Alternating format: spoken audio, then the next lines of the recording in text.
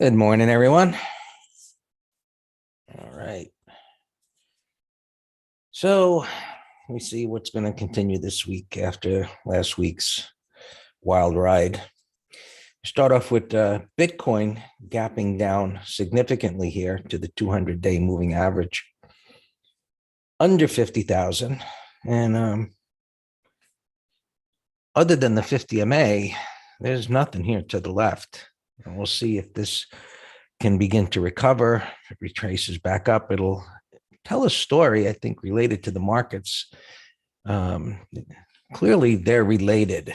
And just looking at the high here in Bitcoin, and just the way it went up in October, made the high here around November 9th or so.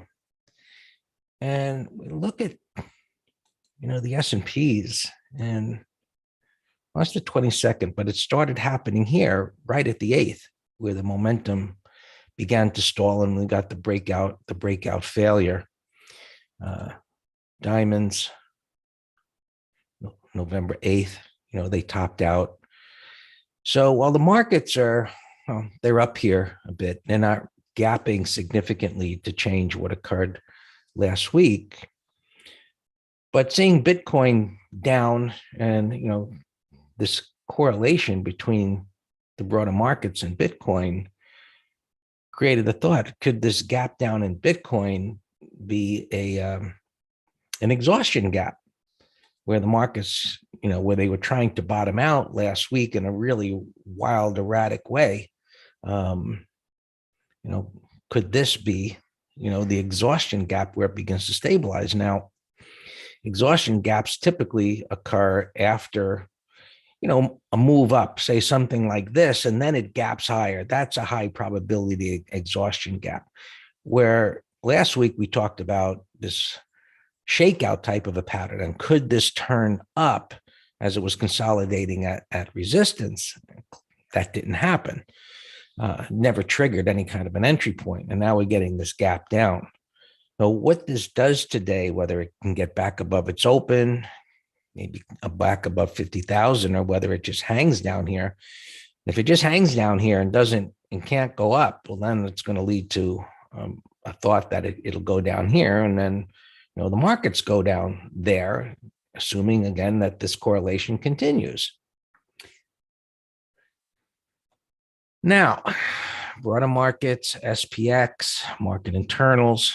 Our market internals are aligned for a bottom to occur, ideally sometime this week.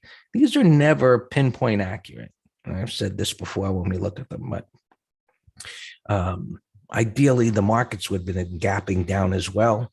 We'll see. Hey, the selling may pick up shortly after the open. And if it does, the further this comes down, the better. It hasn't been down to 1.2 in a very long time. And why these envelopes or bands have been a very good tool to tell us when sentiment has reached an extreme in this overly bullish market over the last year or so. So breadth went down to an extreme down here. That little consolidation brought it up a little bit, and we'll be keeping an eye on Bitcoin to see where this goes, if it continues to break. And if the SPX breaks this 4,500 level, well, clearly it should keep going down, since it had 3 weeks of this wild, whippy, erratic, an attempt to, well, I guess it was better than an attempt. It did hold 4,500 each time it went down there, which makes it critical reference point right now. So with SPX, appears to me this is a no-brainer on the downside. Even if it goes down, you'll certainly be taking some heat, but there's enough premium down at 43.95 and 43.90. Let's put SPX over here. Now at 43.95, now right down here. So it would have to travel clearly through last week's lows, get through this unfilled gap, come down to 4,400, and keep going. Now, That doesn't mean there's going to be like some, well, moments of, let's just mildly put it, sweating if that starts to go down and headed down there, whether that'll hold or not. But premium, unless I look 45 by 55 cents, it looks like a no-brainer to me. It's not going to close down there. Now, there's so much juice to the downside based on last week's action. It's tempting to consider around 44, 40, 44.25 is 90 cents by a dollar. Now, it's up here a little bit. It's trading right around here. It's got to get through there. It's a personal choice. It's real juicy, and it's tempting because, well, you've got this unfilled gap down here, and look, you got to get through that 44.25. If just based on historical patterns, if the markets turned lower, and they just imagine, in your mind's eye, starting the day here and traveling a bar all the way down here, it would historically be tremendous. And so as I think of that, and what is the probability of having a monster bar of that size? Low. We all can say, yeah, it could happen. But as traders, we look at pictures and we think of probabilities as to whether something's going to go up, down, or sideways. That's the bottom line. And then money management takes care of the rest. Right? Expect the move based on the VIX is 44. I'm not sure what you're saying there, McGraw, as far as the VIX goes. Based on what the VIX is saying, that this will go to 44, the SPX will go to 4,400, maybe. It stopped at this high, and yes, this is one of the things that we will be monitoring. If the markets head lower, well, that's way up there, but what you want to do is just set an alert. And as this travels, well, that's VXX. I don't watch VXX for that. Right. As this travels higher, whereas it's lower here under 30, tagged here. And so now we've got 31.74. This went up through it. And the next level up here is at around 37. So you have your alerts up there. So right now it's lower, right? It's below 30, and the markets are up a bit. So we really don't have any significant moves here. At the open, here's the NASDAQ futures. You can see they're grinding up into this void above, and they've taken out the prior pivot high here. So that's a short-term plus. Now, can they continue to move up? We often talk about wide range bars being power bars and the weakest link within the chart. So this could retrace. It held the 50, was able to close above the 50 MA right here. But it's, relatively neutral here. It's still in the bottom of the range. And we'll just see if this rolls back over. If it keeps going up there, I suspect then Bitcoin may start to move up. It's just going to be one of the things I'm going to keep an eye on today to see if Bitcoin can get turned around. That'll be an indication that the markets can start to move up here a bit. And if Bitcoin breaks below these pre-market lows, well, I suspect then, that'll be an influence that this will start to come lower. And of course, we'll keep an eye on interest rates and other markets. You can see the Russell, look at the date, 11/8. And it's when Bitcoin turned lower. The Russell is down here near this bottom of this trading range after this breakout all the way back down. It's been, again, whipping back and forth. We'll see. Volatility can contract here a bit. I'd really prefer something like a little break below the lows and turn back up again. Like if we just have a boring inside day, well, we'll just take it from there and see how things develop. It'll inverted. Oh, Thane, you're talking about the internals here and the numbers. Yes, this is inverted. Oh, okay, sure. Yeah, I invert this scale because the way the numbers come out, it's the other way. So in here, you can see I inverted the scale so that lower numbers coincide with bottoms. So this may not match in your chart. So yeah, it's just whenever you press a button and you invert that. So it just makes more sense. Maybe the formula should have been inverted, but it's the way it's reported. All right. We looked at the Dow, S&Ps, inside day, nothing happening there. Silver, got a bottoming tail bar, looking to the left, it's on support. Let's see if we can get a turn day here. It is a pattern that is worth consideration on the long side. If this red day can turn around, I like that bar. Let's see if this can get turned. Gold, trying to hold this area. Oil, and stabilization. Last week, the end of the week was just wild, whippy, wide range craziness, right? Of just a battle going back and forth, back and forth. Transports got clobbered as well. Look at the size of these ranges. They just communicate uncertainty. One of the things I mentioned in the letter over the weekend, Dan and I always try, and whether it's here at pre-market or in a newsletter in the green room, we're always sharing what we've learned over our 25, 30 years of experience. And one of the things that you recognize is that first, when things are trending and ranges are relatively equal, there's certainty. At turning points, things tend to get erratic. Not so much like this. This is insanity. This is what I would call normal erratic, a W type of bottom or retest.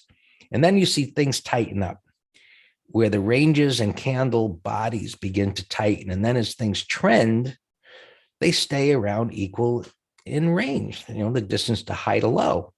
And then again, things begin to get more erratic. And you can see the transports there, November 8th, when Bitcoin turned down. So here we have this extremely erratic wide range bars. And we'll have to see how things calm down, because as uncertainty about the Fed and variance and so on. Funny, nobody talks about China anymore. But hey, Joe's going to be meeting with Mr. Putin. I just heard of the news. Let's see what he was willing to give away to Russia this time. But how things calm down here, we'll know in the future. But we do need to see things calm down. We'll see if prices get ahead of here or whether they're going down. As it is right now, looking at this pattern, it communicates stand aside and wait for things to calm down. Interest rates plummeting right back down to these lows. I'm just whipping around here this morning, but between the plummeting and interest rates and crude oil, not positive things looking out into next year, but we'll see how it all unfolds. All yours, Dan.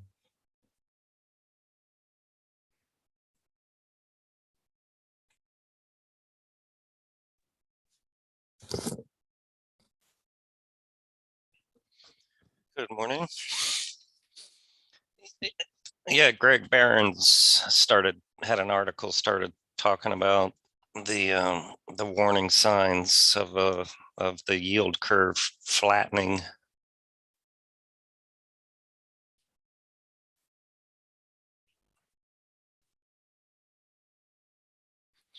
All right, let's see what we got with Bitcoin getting whacked here.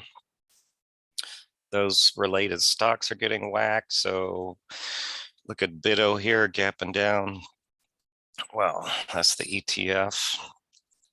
So we have I thought we closed this of our MSTR, and then I got an email from someone saying no, the quote was not right. So I don't know. I'm still showing it. I'll leave it open on the spreadsheet, but we have the short 580s. We did them, purposely way the heck down here. So we'll keep an eye on that. Yeah, all those Bitcoin stocks. Ken, you got to ask me what your question is. There's no pattern. It's coming into support. It's worth watching, but there's no reversal. There's no reversal yet. Look at that 15-minute chart. This is what we call an end of day base, gapping under that bullish, the biggest green bar of the day, gapping under it. I don't know. Mara, we got caught in these last week. We had a put spread on the breakout. Riot, look at these things, failed miserably. A little hut. I got to make an updated list of my Bitcoin stocks, but hut is one that's in here. Look at that thing gapping down here near the 200. So the ARK lady is getting hurt. ARKK. There's no reversal. It's in a downtrend. Daily, weekly, monthly are cracked. I would be very careful on those unless it's just a day trade. Oliver asking about Alpha Golf. Same. It's down 4 bars at support, but look at the 15-minute charts. And so anything that's looking like this is relative weakness to the broader markets right now that are gapping up and just, slowly churning their way back up. We actually had a diamond put spread in the weekend letter. This one looked the best to me because it's the most oversold. And it still looks good. It's gapping over these highs. All right, NVIDIA gapping down, kind of a, consolidation or short-term topping pattern. If we can get any juice over Wednesday's high, that's a call spread candidate. Jets here getting a bid. A lot of similar looking patterns here, but Jets, let's start taking a look in that sector. I think I had Hawaiian Airlines put spread over these highs. Tesla is getting an SEC investigation. Big fat trading range. Not sure what to do with that. But some other EV stocks have had an ugly couple of days. FSR though, could be worth a watch. LSID here is also getting a FTC investigation. Topping pattern, gapping down to $40. That's an ugly gap. I'd stay away for a while. SI 150. These things, I don't know. They're coming in hard with bearish 15-minute charts. BITO, that's what we talked about. Bitcoin, DWAX, something. This is a Trump SPAC. Something about $1 billion deal. I didn't read the details, but something there gave it a nice pop. We'll come back to that. Deere, LSID, I thought Deere had a positive Barron's, but I can't see where it's gapping. We actually have CAT in the letter as a put spread over Friday's high. LSID, Pfizer had a positive Barron's article also, but it's gapping down. So I'm not sure what you mean, Wolfram, that it's holding. It's gapping down and kind of just whipping around. I got no interest in that. LMT, some contract or something or other. McGraw, we can look at that for a put spread, 30-minute high. BMY, I think, had favorable Barron's, but it's a sell setup in a downtrend, got no interest. Said G is going to be moving to the S&P 500. No great patterns here. UMH had favorable Barron's. That's just sloppy. I like the 180 reversal. Maybe 30-minute high, day trade. SAIC, I'm not sure where oh, this had earnings. SAIC earnings. I can't tell where you're gapping. Coles, some activist is trying to spin off part of the company. So that's getting a little pop here. That could be a put spread. 30-minute high. Although it came in really hard. I think they're trying to do what Macy's did on their spinoff. I think their spinoff announcement was either here or earnings.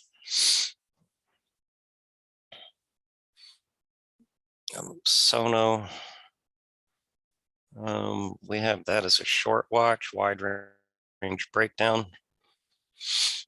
STX, that's a long watch. Kilo Delta is an open position.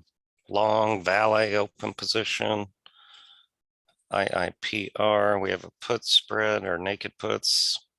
Hilton, we shorted naked puts on Friday, gapping up to Friday's high. That looks good. Boeing, we rolled our short puts.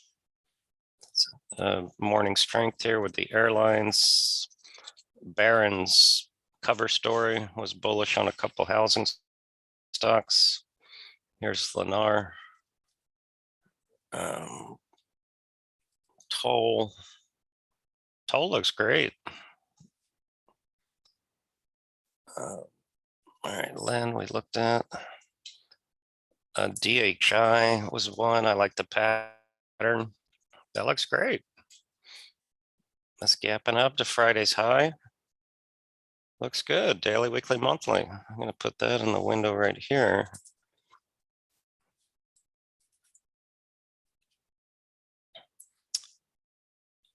NXPI. This we were watching on Friday. It's still worth watching. You know, you had an upside shakeout, downside shakeout, but relative strength. SMH is a mess, but trading range in an uptrend. MTH, another housing stock that looks pretty good. I had noticed this one Friday into the close. This is an ETF that I hadn't seen before. Yeah, Mister, we talked about Walmart. We have a put spread for this Friday, and I said in the weekend video you could add over Friday's high, and also a directional. That looks pretty good. Just for a little short-term bounce. You know, we're swing traders, so we get a 1 to 3 day bounce. Yeah, Hawaiian Airlines, CAT, Win over Thursday's high, put spread idea. PayPal over last week's high, or over this red bar, so that's Wednesday's high. Zulu, nice. We were watching this one on Friday, remember? Gap, and it just kind of got sloppy. And then I was off for the afternoon, but it had a little lunchtime breakout. But it looks good. It's a bottoming pattern. So this Wednesday, we're going to be talking about bottoming and topping patterns. And this is a bottoming pattern. And as all setups, they form in different flavors. And this one's forming because, until we had Friday's gap and bullish close, you have no idea if this is a consolidation to break down again. It's in a downtrend. It's still in a downtrend. So we got a big old price void though. CRCT was a short, and it's gapping down. We had two shorts that had these ugly breakdowns. So that's relative weakness here, not gapping down in a strong market. Qs were negative, and they've slowly churned their way positive this morning, or close to break even, it looks like. Spiders. So, we're range bound here on the 15-minute chart. Diamonds are the best of the four, like we talked about. And IWM, we have the IWM's the worst of the four. But if it can negate, if it can get over Friday's high, then that would be a nice red bar ignored.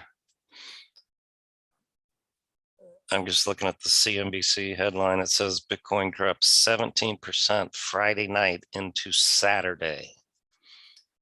That's strange. Why? Does anybody know the news on that?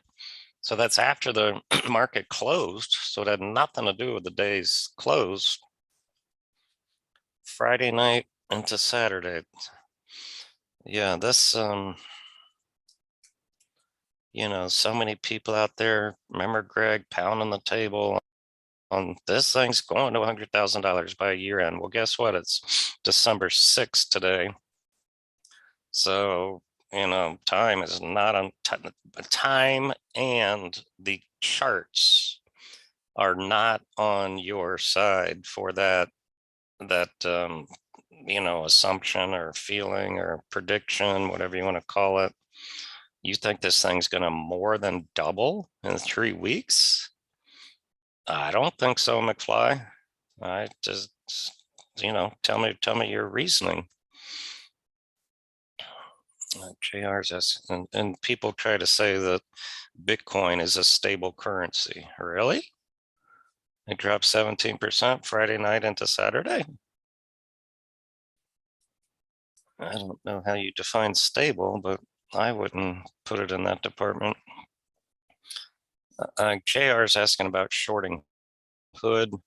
You know how I always like picking, my brain just automatically goes, to the no-brainer setups. And look, my brain went here, upside shakeout, closing breakdown, and then here, sells a gap down from a sell setup. Those were the two no-brainer entries. Everything else is not so easy. You're just jumping on board, and you got to pick a stop based on the time frame you're trading. But the 15-minute chart is in a nasty downtrend. Look at that. So I can pick different spots to short this thing. And it does look lower, but it's not our strategy to get on board a moving train so far from the 20 and 50 without a correction pattern. BZFD. I see on CNBC right here, BuzzFeed. So this obviously is a SPAC. This is just the footprint of SPACs. They go sideways at $10, and then they start whipping around when the merger happens. All right, so I got our stocks of interest. I got our opens here. NVIDIA, I doubt we're gonna get a call spread this far away. Greg, would you do a call spread over the green bar? Or is that Nope. too? All right, so this would be three. That one, that one. Right. And this would be 333.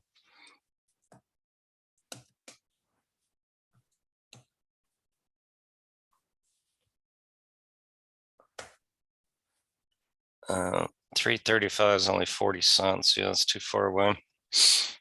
The Boeing